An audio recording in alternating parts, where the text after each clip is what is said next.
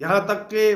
کتاب حکمت نامہ رسول اکرم صلی اللہ علیہ وآلہ وسلم میں ایک چھوٹا سا عمل بیان کیا گیا ہے، اور اس عمل کے بارے میں رسول خدا صلی اللہ علیہ وآلہ وسلم نے بیان فرمایا۔ آپ کریم صلی اللہ علیہ وآلہ وسلم نے بیان فرمایا کہ جو شخص بھی اپنے گھر میں داخل ہوتے وقت سورہ قل هو اللہ احد کی تلاوت کرے گا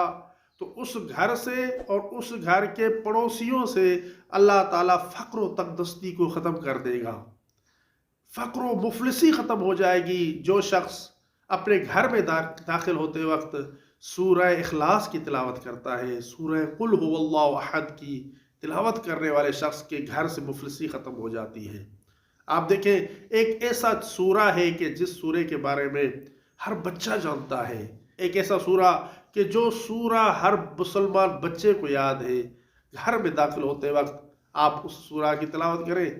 آپ کے گھر سے فقر و تنگدستی ختم ہو جائے۔